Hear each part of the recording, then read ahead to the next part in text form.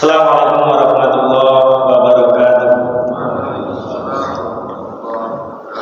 Alhamdulillah, alhamdulillahilladzi khalaqal mauta wal hayata liyabluwakum ayyukum ahsanu amala wa huwal azizul ghafur. Asyhadu an la ilaha illallah wa asyhadu anna Muhammadan abduhu wa rasuluh. Allahumma sholli ala Muhammad wa ala alihi wa ashabihi ajmain. Faya ayyuhal hadirun usikum wan nafsi bitaqwallahi faqad fazal muttaqun. Wa qala Allah ta'ala fi kitabihil karim, a'udzu billahi minasy syaithanir rajim. Ya ayyuhalladzina amanu taqullaha ittaqullaha haqqa tuqatih wa la tamutunna illa wa antum muslimun. Wa qala Rasulullah sallallahu alaihi wasallam, ittaqillaha haitsu ma kunta wa addi syai'atal hasanata tamhuha wa khaliqin nasa bi khuluqin hasan. Rabbi shrah li sadri wa yassir li amri wahlul 'uqdatam min lisani yafqahu qawli. Amma ba'd. Alhamdulillah, segala puji hanyalah milik Allah Subhanahu wa ta'ala.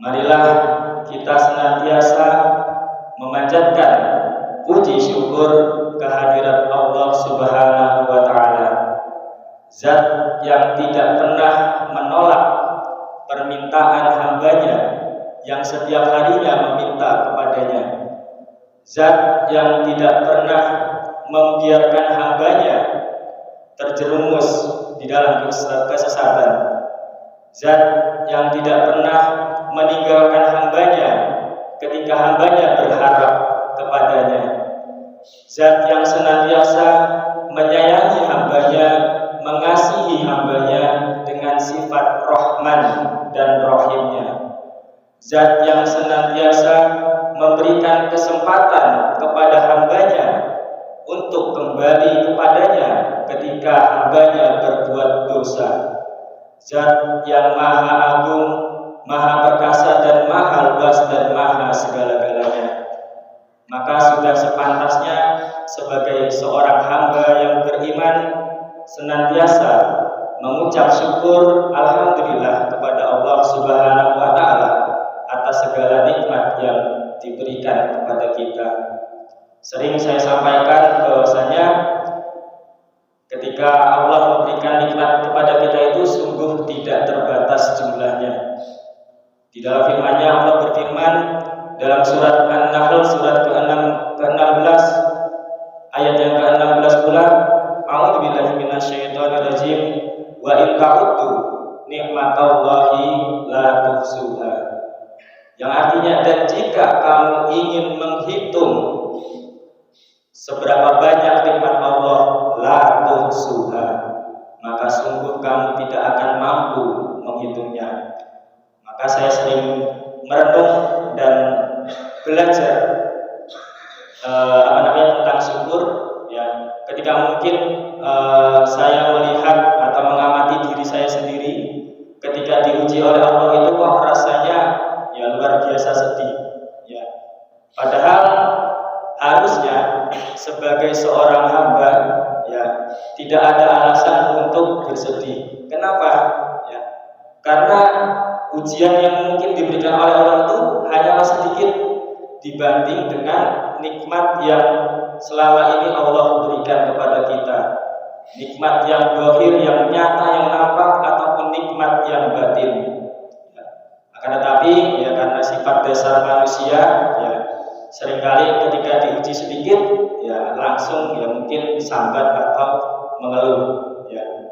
Karena apa ya? Karena itu tadi mindsetnya belum terbentuk bahwasanya ya untuk apa bersedih, sedangkan nikmat yang diberikan Allah itu sangatlah luas, sangatlah banyak selama kita hidup di dunia.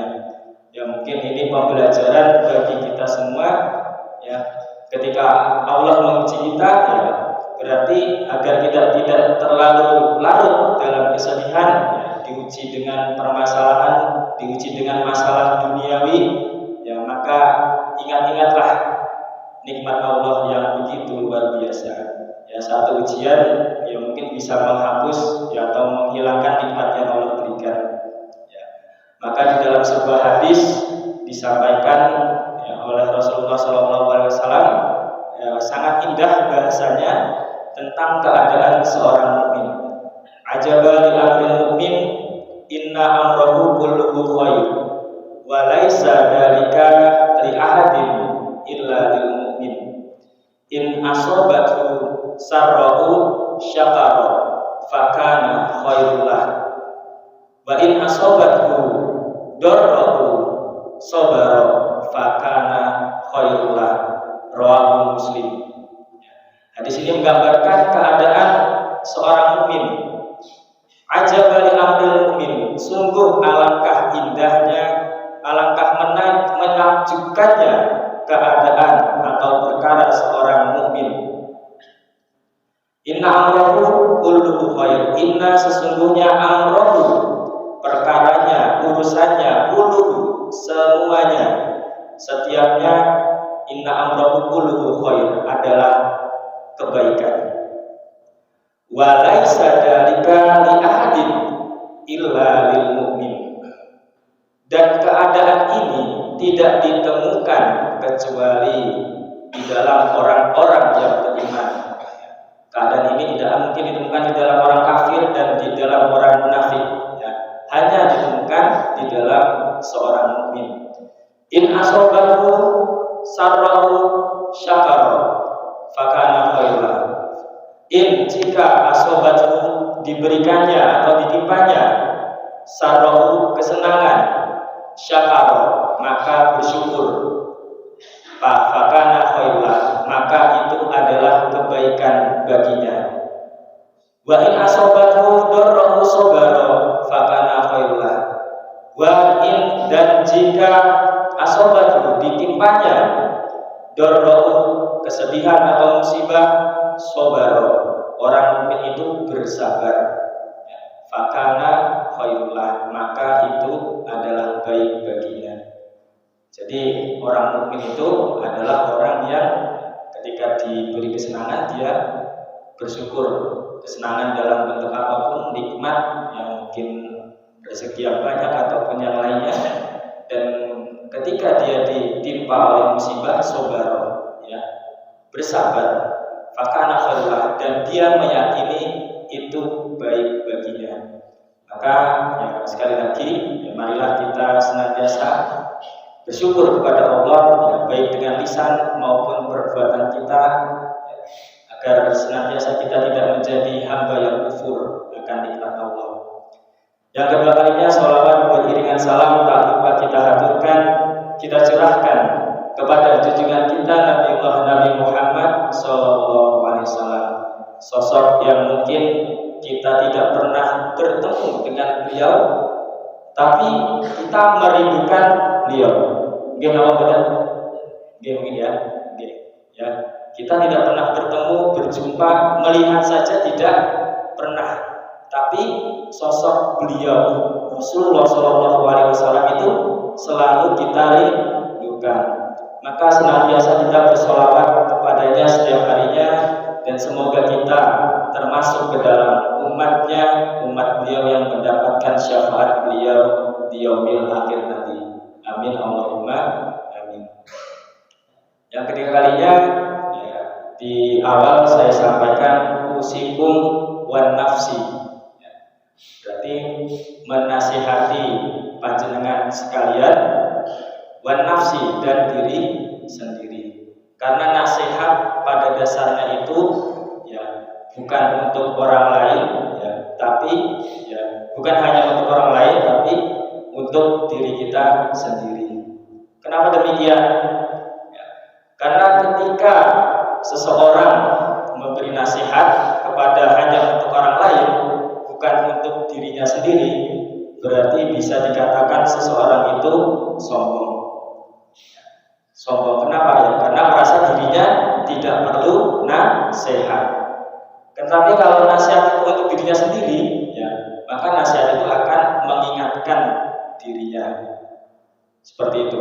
Maka banyak orang ya nasihatnya ya ketika sudah merasa paling baik, merasa paling benar, itu nasihat itu sudah tidak mempan. Ya. Karena apa ya? Karena sudah merasa dirinya paling benar, paling benar, paling soleh seperti itu.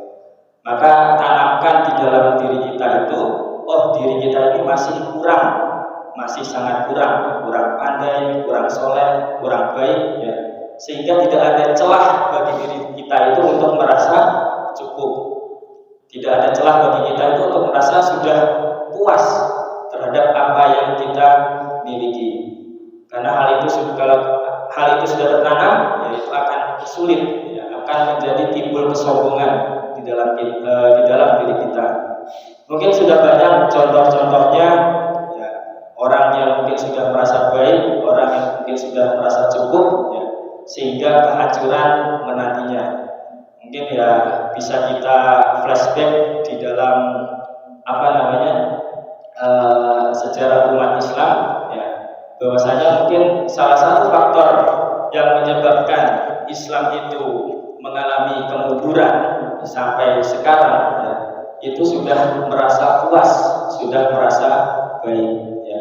Setelah sepeninggal Rasulullah, Khulafaur Rasyidin, Bani Umayyah, Bani Abbasiyah, disitulah umat Islam mengalami kemunduran, ya. Karena hal itu tadi sudah merasa baik, sudah merasa cukup, ya, seperti itu, ya. Mungkin kalau contoh-contoh lain, ya, kalau kita lihat di bidang teknologi itu mungkin zaman dulu, ya, 10 tahun yang lalu, 15 tahun yang lalu itu ada merek HP namanya Nokia, ya, Nokia. Ya mungkin sekarang itu sudah mungkin sudah jadul, ya, sudah ya kalah saing di pasaran dengan Android atau Apple seperti itu. Karena apa ya? Mungkin karena itu tadi, ya, Nokia mungkin sudah merasa cukup pada saat itu, pada zaman itu sudah menguasai pasar, ya, sehingga ya tidak ada yang mungkin, ya, tidak mungkin ada yang bisa mengalahkannya. Ya, tapi lihat sebaliknya sekarang, ya, karena mungkin sudah merasa cukup itu, maka Nokia sekarang yang mungkin cuma tinggal nama, tinggal kenangan, kalah dengan hal-hal merek-merek baru di pasaran, ya, Samsung, ya, Vivo, ya, dan lain-lain. Atau mungkin 10 tahun yang lalu itu ada namanya BlackBerry, ya, BlackBerry atau BB, ya. Itu pun sekarang juga sudah, ya, mungkin sudah punah, ya, sudah kalah saing dengan Android dan Apple, ya. Maka senantiasa kita tanamkan diri, ya, kepada diri sendiri itu untuk merasa kurang dalam hal apapun agar tidak timbul kesombongan di dalam diri ini. Kemudian tadi saya di awal mukadimah menyampaikan sebuah ayat di surah Al-Mulk, surat ke-67, yang isinya adalah alladzi khalaqal mauta wal hayata liyabluwakum ayyukum ahsanu amala.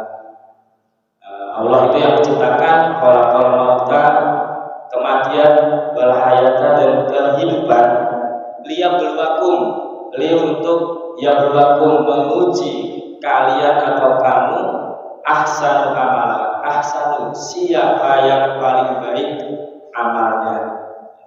Maka kita senantiasa berfastabiqul khairat, untuk berlomba-lomba untuk menjadi hamba yang terbaik, menjadi hamba yang soleh, hamba yang terbaik, yang yang paling baik amalnya. Maka pada kesempatan kali ini, insyaallah saya akan menyampaikan sebuah hadis tentang amalan, sebuah amalan yang mungkin dalam kehidupan kita, dalam kehidupan keseharian kita itu sering terlupakan, ya, karena mungkin kita lupa, ya, disibukkan dengan urusan-urusan duniawi, atau mungkin kita lupa tertutup dengan amalan-amalan yang lain. Amalan ini sangat mudah dilakukan, sangat gampang dilakukan, ya, setiap saat bisa kita lakukan kapanpun dan dimanapun kita berada, kita bisa melakukan amalan tersebut. Akan tetapi ya, seringkali ya kita lalai dan lupa sehingga kita abai terhadap amalan tersebut. Saya akan menyampaikan sebuah hadis riwayat Tirmidzi dari Abu Darda, wa an Abi Darda radhiyallahu anhu, wa dan an dari Abi Darda, Abu Darda radhiyallahu anhu, semoga Allah meridhoinya, qala berkata Rasulullah sallallahu alaihi wasallam, qala Rasulullah sallallahu alaihi wasallam, Rasulullah sallallahu alaihi wasallam bersabda, ala unabbiukum bi khairin a'malikum, ala apakah kamu ingin aku beritahu, unabbiukum ya, unabbi nabak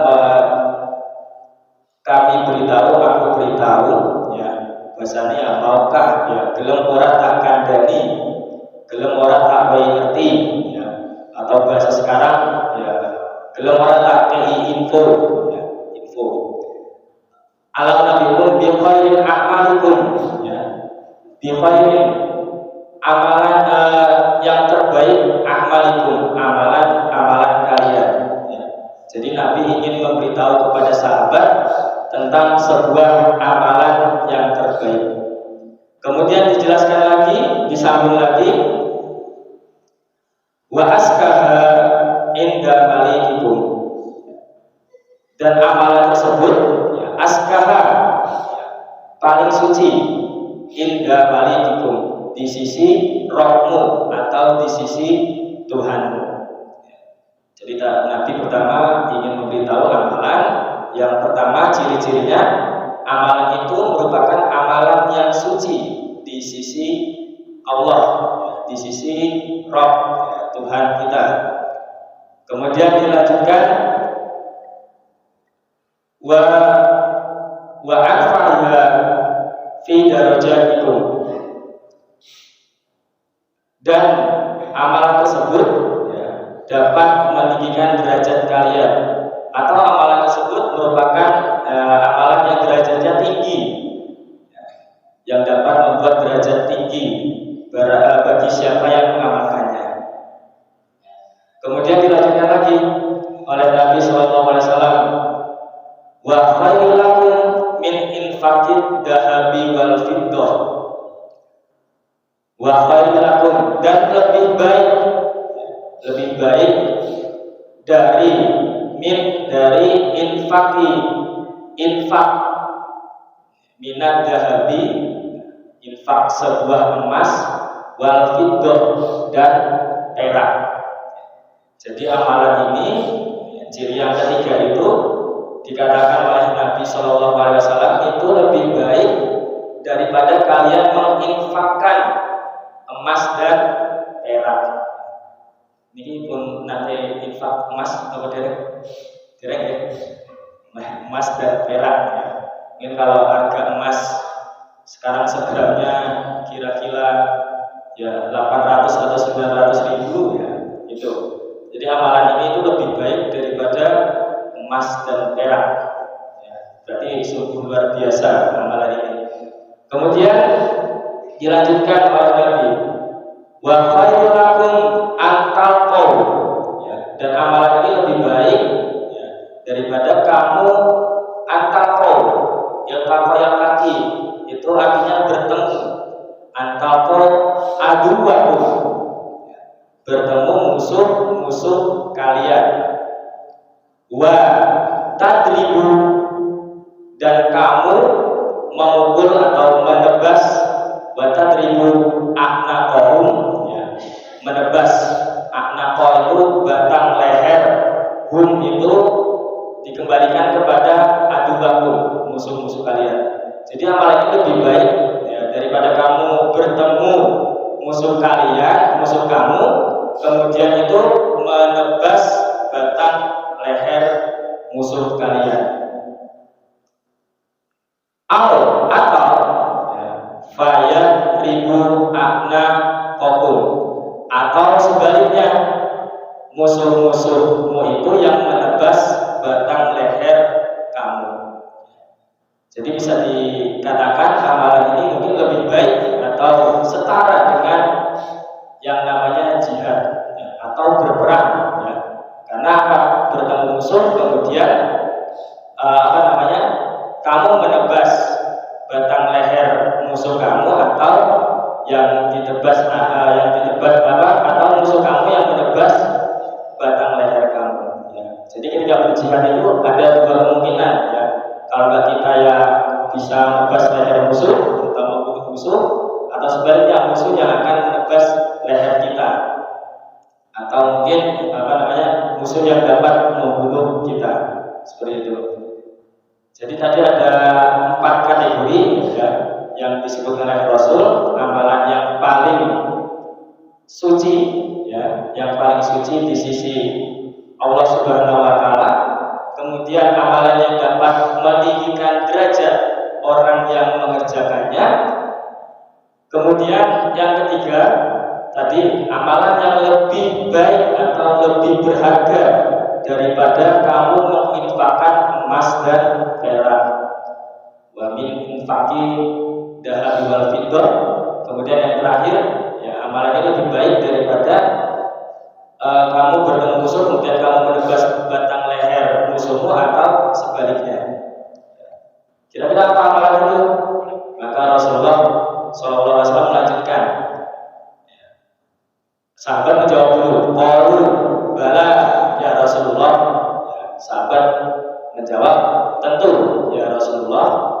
Kemudian qala, Rasulullah berkata, dzikrullah ta'ala, zikir kepada Allah Subhanahu wa taala, atau mengingat Allah Subhanahu wa taala. Rawahu Tirmidzi. Jadi ya, amalan yang dimaksud oleh Rasulullah SAW adalah zikir kepada Allah Subhanahu wa taala. Ya. Zikir kira-kira mudah apa enggak? Mudah apa susah? Mudah deh, tapi sering kita lupakan. Ya. Kita sering lupakan. Ya. Zikir itu setiap hari kita bisa laksanakan, bisa kita lakukan dimanapun kapanpun. Ya, di setiap aktivitas kita ya. Mungkin kalau saya dengar kultum subuh Mbah Khalid itu dari pondok, pasti awalnya itu diawali dengan zikir gitu, zikir pagi ya. Kalau saya di pondok pagi-pagi dengar sebelum anak-anak tadarus, Mbah Khalid itu selalu memulai kultum itu dengan zikir ya. Mungkin ya, salah satu tujuannya adalah menghadirkan Allah di kehidupan kita. Seperti itu ya. Jadi amalan itu amalan yang mudah, yang ringan, yang gampang lah dikerjakan oleh siapapun ya. Dan tidak perlu banyak waktu, tidak perlu modal melakukannya, akan tetapi sering dilupakan oleh kita semua di Allah Ta'ala ya. Kemudian yang memang kita juga diperintahkan oleh Allah itu untuk berzikir ya. Ya ayyuhalladzina amanu dzkurullaha dzikran katsira. Ya. Wahai orang yang beriman, berzikirlah kepada Allah dengan zikir yang banyak. Kemudian ya Allah menyampaikan keutamaan berzikir, fadkuruni akukum waskuruni wala takfurun, di dalam surat Al-Baqarah 152 ya. Maka ingatlah fadkuruni, maka ingatlah kepadaku, akukum, maka niscaya aku akan mengingat kamu ya. Diingat oleh Allah itu ya sudah luar biasa ya. Kita saja mungkin diingat oleh orang lain sudah senang ya. Orang lain mengingat kita itu sudah senang, apalagi Allah ingat kepada kita. Akukum washkuruni wala takfurun, dan bersyukurlah kepadaku dan janganlah kamu kufur ya. Maka amalan zikir ini ya, mari kita senantiasa kita praktekkan, kita kita terapkan di dalam kehidupan sehari-hari. insya Allah ketika kita menghadirkan Allah di dalam kehidupan kita, di dalam setiap langkah gerak-gerik kita, di setiap hembusan nafas kita, insya Allah amalan yang kita lakukan itu rasanya akan lebih berkah dan lebih bermanfaat dan lebih terarah ketika kita mampu menghadirkan Allah di setiap keadaan kita. Mungkin ya mungkin yang tadinya ya misalkan ada orang yang ingin berbuat keburukan, mencuri, tapi ketika dia ingat Allah, ya, zikir kepada Allah, ya, mungkin itu bisa jadi akan membatalkan niat tersebut. Ya, maka penting bagi kita untuk menghadirkan Allah, untuk menghadirkan Allah di setiap gerak-gerik kita. Ya. Insya Allah ketika kita sudah menghadirkan Allah di setiap langkah kita, di setiap gerak-gerik kita, ya, itu akan menjadi lebih terarah, lebih lebih berkah dan lebih ada manfaatnya. Ya. Insya Allah nggak susah. Ya. Mungkin pas lagi mau berangkat ke masjid sambil zikir, ya. Kemudian mau pulang dari masjid, ya, jalan kaki sambil zikir. Ya, mungkin ingin melakukan apapun sambil zikir. Mungkin yang ibu-ibu, ya, mau masak, ya, sambil zikir. Ya. Mau mandi, ya, tapi mandi jangan, ya, nggak boleh kalau di kamar mandi zikir, ya. Atau mungkin mau makan, ya, atau mungkin melakukan aktivitas lain, ya, kita iringi dengan zikir, ya, insya Allah ya akan lebih bermanfaat, ya, seperti itu. Di samping itu ya juga zikir merupakan sedekah bagi kita. Ya, di dalam hadis arba'in itu kalau nggak salah di nomor 25, dahaba ahlu usuri bil ujuri yusalluna kama nusalli nasumuna kama yasumuna kama nasumu wa yatasaddaquna bi fuduli amwalikum. Sahabat itu datang kepada Rasulullah mengadu, ya, tentang orang yang memiliki kelebihan dalam hartanya. Ya. Allah menganugerahkan harta lebih kepada orang-orang tersebut. Kemudian orang-orang yang tidak diberikan anugerah itu mengadu kepada Rasulullah. Ya. Wahai Rasulullah, ya, itu orang-orang yang memiliki kelebihan harta itu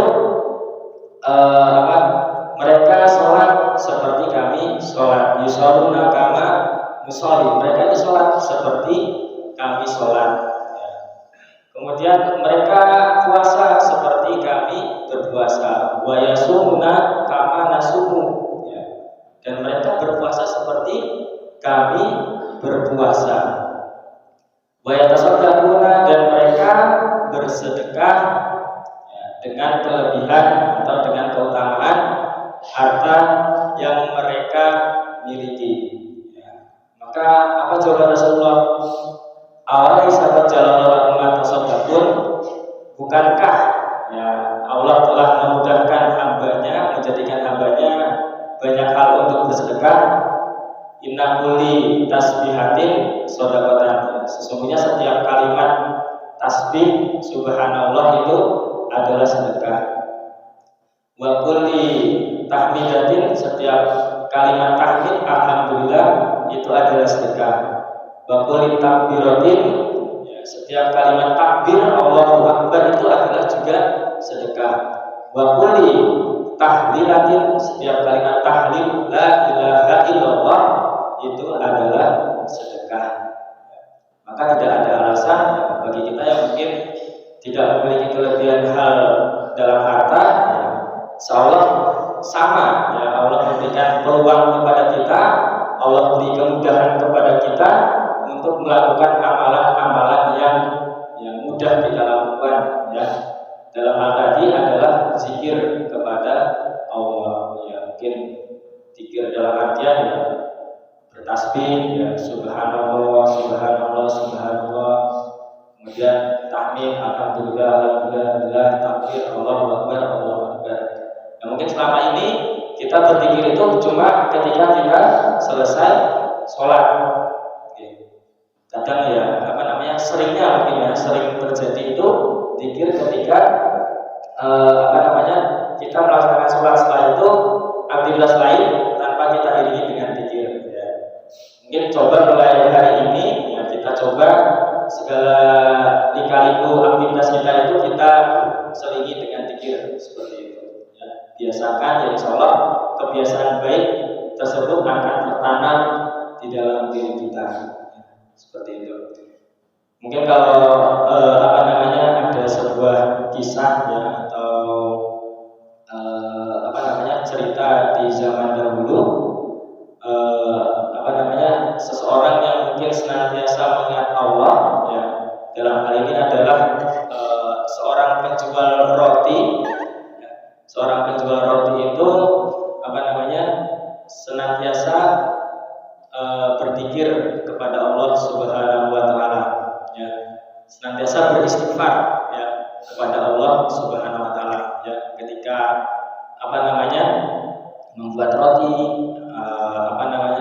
membuat roti ya, selalu beristighfar, astagfirullah ya. Kemudian orang tersebut itu memiliki keinginan ingin bertemu seorang ulama besar ya, seorang alim yang terkenal, yang masyhur, yang mungkin tidak kemungkinan ketemunya itu sedikit ya, hampir mustahil ya untuk bertemu dengan seorang alim tersebut, karena yang pertama ya nggak mungkin kenal juga seorang alim itu terhadap penjual roti. Kemudian yang kedua ya mungkin juga terkendala oleh jarak ya. Namun karena keteguhannya selalu berzikir, beristighfar kepada Allah, hal itu yang tadinya impossible menjadi possible. Hal yang tadinya tidak mungkin menjadi mungkin ya. Dan itu kejadian beneran ya. Jadi suatu ketika, kalau nggak salah Imam Malik atau siapa seperti itu ya, bepergian ke suatu tempat ya. Imam tersebut tidak tidak tahu ya, pokoknya ingin pergi aja, tapi nggak jelas tujuannya kemana ya. Pergi jauh tapi ya pokoknya pengen pergi ya, pengen pergi seperti itu. Kemudian sampai tiba dia di suatu tempat karena saking capeknya ya, karena saking lelahnya bepergian jauh ya, bepergian terlalu jauh ya, dia istirahat di sebuah masjid. Kemudian baru mau istirahat ya, kemudian ada orang yang mengusirnya. Ngapain kamu di sini ya?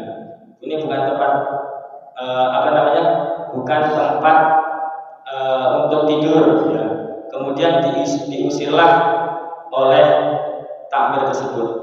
Kemudian hal itu ya, kejadian itu dilihat oleh si penjual roti tadi ya. Kemudian penjual roti menghampiri orang tersebut yang yang dimaksud adalah imam itu, seorang ulama tersebut ya. Kemudian diajaklah mampir ke tempat ke rumah orang tersebut ya, si penjual roti ya. Kemudian suruh mampir, disuruh istirahat ya. Kemudian ngobrol ya, ternyata si penjual roti itu diamati oleh si ulama ini selalu beristighfar, astagfirullah ketika melakukan segala aktivitas dilakukan dia membaca istighfar ya. Kemudian ya ditanya, siapa namamu ya. Kemudian imam itu menjawab, ya aku adalah seorang ulama ini. Oh ternyata orang tersebut ya, jadi ya karena istighfarmu itulah Allah menuntun aku ya ke tempatmu ya. Sungguh luar biasa okay? Karena istighfar akhirnya orang tersebut bisa bertemu dengan seorang ulama besar ya yang ingin dia temui. Maka pesan dari nasihat untuk diri saya sendiri dan untuk para jamaah sekalian, marilah kita senantiasa hadirkan Allah di dalam aktivitas kita, senantiasa berzikir kepada Allah baik dalam keadaan senang maupun susah, baik dalam keadaan terbaring ataupun berdiri ya. Insya Allah ketika kita telah mampu menghadirkan Allah, maka dapat dipastikan janji Allah itu akan pasti akan dimudahkan segala-galanya, segala urusan kita. Semoga senantiasa kita menjadi orang-orang yang berzikir kepada Allah setiap harinya. Amin Allahumma amin. Mungkin cukup sekian dari saya. Apabila ada benarnya itu datangnya dari Allah Subhanahu wa taala, dan apabila ada salahnya itu datangnya dari saya. Billahi sabil haq fastabiqul khairat